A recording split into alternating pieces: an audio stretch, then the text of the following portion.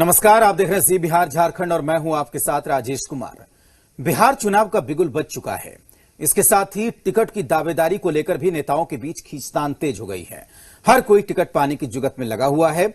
RJD, BJP और JDU office के बाहर प्रत्याशियों का जमावड़ा लगना शुरू हो गया है। जोड़ तोड़ का गणित और दल बदल की सियासत भी गर्म है।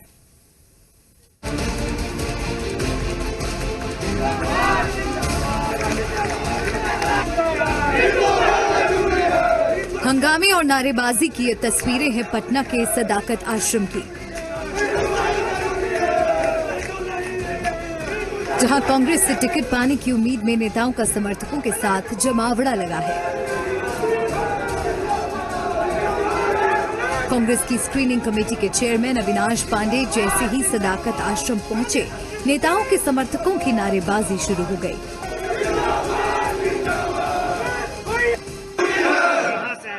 हम लोग नवादा जिला से हिसुआ विधानसभा से हैं।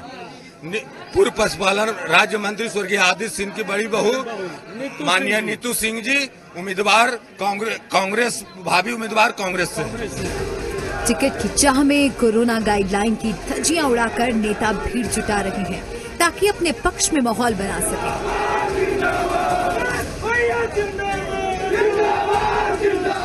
हिसुआ विधानसभा से नीतू कुमारी के लिए टिकट की मांग करते हुए उनके समर्थकों ने जमकर नारेबाजी की, तो दूसरी तरफ अजय वर्मा के समर्थकों का हुजूम भी सदाकत आश्रम में दिखा। उसी के लिए हम लोग प्रयासरत हैं। हम पार्टी से निवेदन करेंगे कि हमको एक मौका दिया जाए ताकि कुम्हार क्षेत्र का परिवर्तन किया जाए, हर स्तर से परिवर्तन किया जाए। अजय वर्मा ने खुद को कांग्रेस का कार्यकर्ता और प्रत्याशी बताया है, जबकि पार्टी प्रवक्ता ने उन्हें पहचानने से ही इनकार कर दिया। दूसरी तरफ जेडीयू ऑफिस में सीएम नीतीश कुमार ने भी टिकट की चाह रखने वाले नेताओं से मुलाकात की। जेडीयू ऑफिस में आज दो लाइनें लगी हुई हैं। एक तरफ मुख्यमंत्री नीतीश कुमार जो राष्ट्रीय अध्यक्ष हैं पार्टी के, वो कर्पूरी सभागार में जो पार्टी के नेताओं से हैं वो मिल रहे हैं, टिकट की चाह रखने वालों से मिल रहे हैं। बिहार में चुनावी शंखनाद की गूंज रांची में भी सुनाई दे रही है। टिकट की चाह रखने वाले आरजेडी नेता रिम्स में इलाज करा रहे लालू यादव से मिलने के लिए आतुर हैं। 1993 में लालू चालीसा लिखने वाले सीतामढ़ी के लीला यादव रिम्स के डायरेक्टर के बंगले के बाहर लालू चालीसा पढ़ते नजर आए। जिसे हम 90 से है नहीं, राष्ट्रीय जनता दल के सक्रिय सदस्य रहे हैं। 1992 में लालू जी से प्रथम मुलाकात है न महुआ बाग में हुआ था। छपरा जिले के राम बाबू अपनी कार से लालू प्रसाद के लिए 2 कार्टन सब्जी और फल लेकर रिम्स पहुंचे। 600 किलोमीटर का सफर तय करने वाले राम बाबू पहले भी लालू के लिए दही चूड़ा और दूसरा सामान लेकर आए थे। जाहिर है बिहार में चुनावी बिगुल बजने के साथ ही टिकट के लिए जोड़ तोड़ और जुगाड़ की जोर आजमाइश शुरू हो गई है। नेता अपने समर्थकों के साथ हर तरह की जोर आजमाइश करते दिख रहे हैं। चुनाव की तारीखों का ऐलान और इसके साथ ही जेडीयू की अगुवाई वाली एनडीए और आरजेडी की अगुवाई वाला महागठबंधन दोनों ने अपनी चुनावी जीत के दावे करने शुरू कर दिए हैं। लेकिन अंदर खाने की हकीकत तो यह है कि दोनों गठबंधन में सीट बंटवारे का गणित बुरी तरीके से उलझा हुआ है और मुख्यमंत्री के चेहरे का मुद्दा भी। चुनावी तारीखों का ऐलान हुआ तो जेल में बैठे बैठे लालू ने ट्वीट कर दिया कि उठो बिहारी, करो तैयारी, जनता का शासन अब की बारी। लेकिन जमीनी हकीकत तो ये है, आरजेडी की अगुवाई वाले गठबंधन की चुनावी तैयारियों पर सवाल उठ रहे हैं। गठबंधन में सहमति बनाए बिना आरजेडी ने तेजस्वी यादव को बिहार चुनाव में मुख्यमंत्री चेहरा घोषित कर दिया। इतने भर से महागठबंधन में दरार पड़ गई और अभी तो सीट बंटवारे का सबसे महत्वपूर्ण चुनावी गणित साधना बाकी है। ये राह कितनी कठिन है, इसका इशारा आरजेडी से नाता तोड़ने को लेकर आरएलसीपी ने दे दिया है।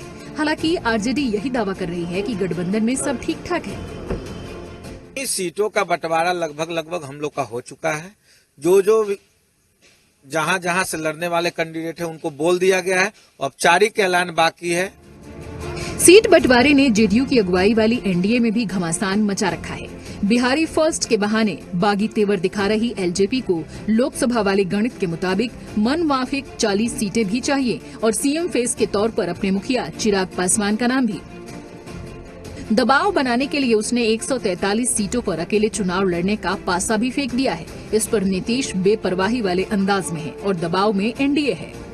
और सब कुछ हो गया है, समय पर उसकी घोषणा होती है। हर बार इसकी घोषणा करने का तिथि जब चुनाव आयोग की जब बिगुल बच जाता है तभी लोगों को बताया जाता है। तो इसमें हम लोग का कोई कहीं नहीं है कि वो में अभी तकरार है या सीट की बंटवारा नहीं हुई है, सब कुछ हो गई है। जाहिर है फिलहाल इस मोड़ पर दोनों गठबंधनों की मुश्किलें एक सी हैं, लेकिन ये तय है कि जिसने भी सीट शेयरिंग के गणित को पहले साध लिया उसके लिए आगे की चुनावी बाजी आसान रहने वाली है। ब्यूरो रिपोर्ट, जी मीडिया। बिहार चुनाव में तीसरे मोर्चे के बनने की सुगबुगाहट में आखिर कितनी सच्चाई है? क्या एलजेपी बिहार चुनाव में इसकी धुरी बनकर उभर सकता है? ये सवाल इसलिए उठ रहा है क्योंकि नीतीश सरकार को सीधा निशाने पर लेकर एलजेपी ने इसकी संभावना का सिरा खुला छोड़ रखा है। वहीं आरजेडी महागठबंधन से बगावत कर अलग हुई आरएलएसपी भी सीधे सीधे इससे इनकार नहीं कर रही है कि कोरोना से संक्रमित हो चुका है महागठबंधन और इम्यून सिस्टम भी कमजोर है। तो कोरोना ज्यादा इम्पैक्ट करता है ऐसे लोगों को जिसका इम्यून सिस्टम कमजोर हो। तो महागठबंधन का कोई इम्यून सिस्टम ही नहीं है, ना कोई इलाज हो सकता है इसका, और कोरोना का कोई वैक्सीन भी नहीं निकला। देखिए, राजनीति में ना बातचीत चलती रहती है और मैं इसको डिनाई नहीं कर रहा हूं कि बातचीत जो है सो नहीं चल रही है। जहां तक माननीय मुख्यमंत्री जी की बात है, मुख्यमंत्री जी जो जितने काम किए हैं ऐसा तो कोई नहीं कर सकता है कि विकास का काम नहीं हुआ।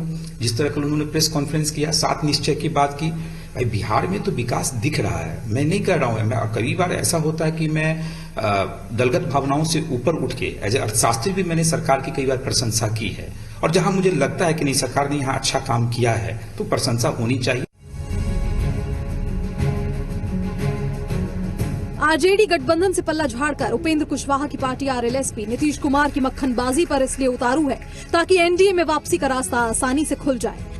लेकिन सवाल यह है कि क्या नीतीश उपेंद्र कुशवाहा के तल्ख हमलों को भूलने के लिए आसानी से तैयार होंगे?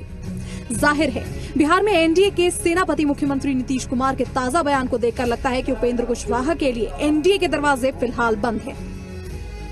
आपको बता दें कि साल 2015 में बिहार के चुनाव के दौरान आरएलएसपी एनडीए में थी और तब 2 सीटें उसके हिस्से में आई थी। अब 2020 में आरएलएसपी को नो एंट्री का बोर्ड नीतीश ने उसी अंदाज में दिखाया है जिस अंदाज में रामविलास पासवान की पार्टी एलजेपी की बगावत से निपट रहे हैं। एक परिवार के सदस्य पूरे बिहार के लोग, और कुछ लोगों को होता है पत्नी, बेटा, बेटी, वही परिवार है। हमारे लिए तो पूरा बिहार परिवार है, चाहे वो मत माने, हम सबको मानते हैं कि परिवार के सदस्य हैं। तो हम लोगों का तो विचार अलग किस्म का है। 2015 के बिहार चुनाव में एलजेपी के खाते में भी 2 सीटें आई थी। बागी तेवर दिखा रही एलजेपी कह रही है कि जरूरत पड़ी तो वो अकेले ही 143 सीटों पर चुनाव लड़ने से परहेज नहीं करेगी। उधर नीतीश और चिराग पासवान की तल्खी को तीसरे मोर्चे की संभावना बनाने के लिए जन अधिकार पार्टी के मुखिया पप्पू यादव भी जुट गए हैं। पप्पू यादव ने एक दिन पहले ही कहा है कि एलजेपी के नेता चिराग पासवान बिहार के सीएम बनने के लिए हर लिहाज से लायक हैं। पप्पू यादव की जन अधिकार पार्टी को न तो आरजेडी गठबंधन से भाव मिला है, न ही एनडीए से। ऐसे में वो चाहते हैं कि बिहार में तीसरा मोर्चा आकर ले। सर, मैं बहुत क्लियर हूँ, बिहार बचाने में जो लोग भी साथ आएंगे और जो लोग आगे आएंगे, मैं उनके साथ पिछले पंक्ति में खड़ा रहूंगा। सर, किसको कितना मिलना है वो उनको तय करना है। राजा है वो लोग, उपेंद्र जी राजा हैं, चिराग पासवान जी राजा हैं, सब राजा हैं। उनको बिहार और बिहारी कितना पसंद है उनसे न पूछिएगा। हमें उपेंद्र जी भी पसंद है, चिराग जी भी पसंद है, लेकिन बिहारियों के सवाल पर कोई समझौता, ये गुजराती बिहार का बेटा नहीं होगा, कोई बिहारी ही बिहार का बेटा होगा। ये भी सच है कि सीटों के बंटवारे का पेच जिस तरह दोनों गठबंधनों में फंसा है, उससे यकीनन कई छोटी पार्टियों के लिए तीसरा मोर्चा मुफीद विकल्प बन सकता है। लेकिन ये संभावना सच बन पाती है, इसके लिए सीटों के बंटवारे की तस्वीर साफ होने का इंतजार तो करना ही होगा। ब्यूरो रिपोर्ट, जी मीडिया। किसान बिल के मुद्दे पर ट्रैक्टर लेकर दोनों लालू पुत्र निकले थे एनडीए की घेराबंदी करने के लिए, लेकिन यह दाव अब उन्हीं पर उल्टा पड़ गया है। प्रशासन ने केस दर्ज किया, चुनावी बिसात में भी उन्हें इस मुद्दे पर लंगड़ी पड़ रही है।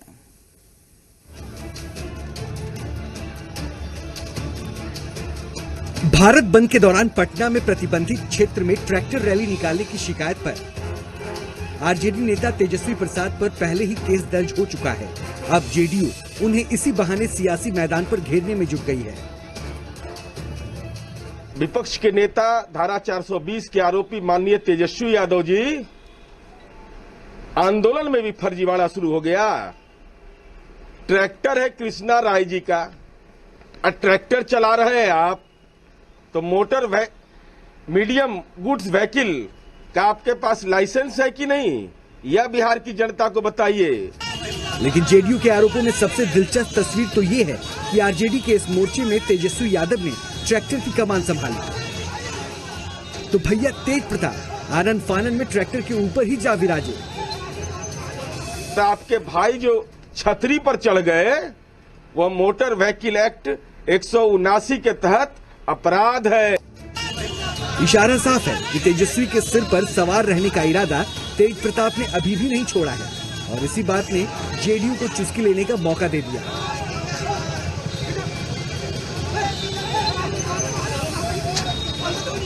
ऐसे में आरजेडी की हालत खिसियानी बिल्ली खंभा नोचे वाली हो रही है। पहलवान नहीं, यहाँ पहलवान मजबूत है। सबसे बड़ा पहलवान बिहार की जनता है। बिहार की जनता सबसे बड़ा पहलवान है। वो जितने भी एनडीए के पहलवान आएंगे उसको पटकने का काम करेंगे। तो विकास से कोई मतलब नहीं है, उनको हर चीज अलग ही दिखता है, क्योंकि इन लोगों को तो कभी विकास से कोई मतलब नहीं रहा। तो जीवन भर पार्टी में और सरकार में 15 साल रहे, जात पात किए, तो इनको विकास कैसे दिखेगा। जाहिर है चुनावी वार पलटवार में अभी एनडीए आरजेडी वाले महागठबंधन पर भारी पड़ता दिख रहा है। ऐसे में आने वाले दिनों में ये जुबानी दंगल क्या मोड़ लेता है, ये देखना दिलचस्प होगा। नीतीश कुमार ने इस बार सक्षम और स्वावलंबी बिहार का नारा दिया है। नीतीश कुमार ने कहा है कि ये जनता तय करेगी कि बिहार में सरकार किसकी बनेगी। उन्होंने कहा कि 7 निश्चय के कोई भी काम पेंडिंग नहीं है।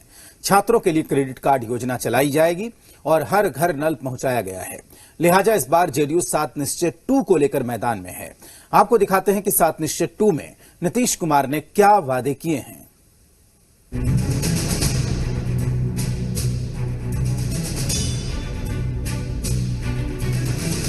बिहार में चुनावी बिगुल बज चुका है। फैसला अब जनता को करना है कि अगली सरकार किसकी बनेगी। नीतीश के सिर फिर से ताज सजेगा कि फिर करिश्मा कुछ और होगा। सीएम नीतीश कुमार का कहना है कि हमने बड़े पैमाने पर काम किया है। 7 निश्चय के तहत कोई काम पेंडिंग नहीं है। अगर जनता मौका देगी तो बाकी काम भी पूरे करेंगे। तो हमेशा कहते हैं जनता मालिक है। जनता को तय करना है कि उसको किसको मौका देंगे, किन लोगों को मौका देंगे। तो जनता मालिक है। चाहे किसी भी प्रकार का ओपिनियन या बहुत लोगों की राय आती रही है, लेकिन अंतोगत्वा तो जनता को भरोसा है और अब तक काम किया है। जनता फिर भरोसा देगी तो काम करते रहेंगे। सीएम नीतीश कुमार ने इस बार सक्षम बिहार और स्वावलंबी बिहार का नारा दिया है और 7 निश्चय 2 लेकर मैदान में है। आइए आपको दिखाते हैं कि 7 निश्चय में उन्होंने इस बार क्या वादे किए हैं। हर खेत तक सिंचाई का पानी पहुंचाने की घोषणा की गई है। नीतीश पहले भी इसकी चर्चा करते रहे हैं। स्वस्थ गांव समृद्ध गांव, इसमें हर गांव में स्ट्रीट लाइट लगाई जाएगी। गांव को गंदगी मुक्त किया जाएगा। पशुपालकों की मदद की जाएगी। आश्रय स्थल का निर्माण, वृद्ध जनों के लिए आश्रय स्थल बनेंगे। शहरी गरीबों के लिए बहुमंजिला आवास और हर शहर में विद्युत शवगृह बनाएंगे। सुलभ संपर्क पथ, नई सड़कें बनाएंगे। जहां जरूरत पड़ेगी वहां फ्लाईओवर का निर्माण कराएंगे। सबके लिए स्वास्थ्य सुविधा, लोगों के साथ पशुओं के लिए भी स्वास्थ्य सुविधा उपलब्ध कराई जाएगी। नीतीश कुमार का 7 निश्चय 1 बेहद सफल रहा है। राज्य सरकार ने सभी निश्चय पूरे किए हैं, लेकिन आरजेडी का कहना है कि विदाई के वक्त नीतीश जनता को प्रलोभन दे रहे हैं। प्रलोभन दे रहे हैं? अरे जो 7 निश्चय हमने 2015 में जनता को समर्पित किया था, तो आंख के अंधा है नाम नयन सुख है। नहीं नजर आ रहा है कि बिहार के हर जिले में इंजीनियरिंग कॉलेज चल रहा है। आरजेडी के हमले पर जेडीयू नेता नीरज कुमार ने पलटवार किया है। उन्होंने कहा है कि ये लालटेन का युग नहीं है, जनता काम देखती है। चुनाव के तारीखों के ऐलान का हम स्वागत करते हैं कि जंगल राज से मुक्ति का दिन तय हो गया। चुनावी मौका है, लिहाजा वादों, दावों और बयानों की बाजीगरी तो होगी। अब देखना ये है कि बिहार की जनता भरोसा किस पर करती है, नीतीश कुमार पर या फिर तेजस्वी यादव पर।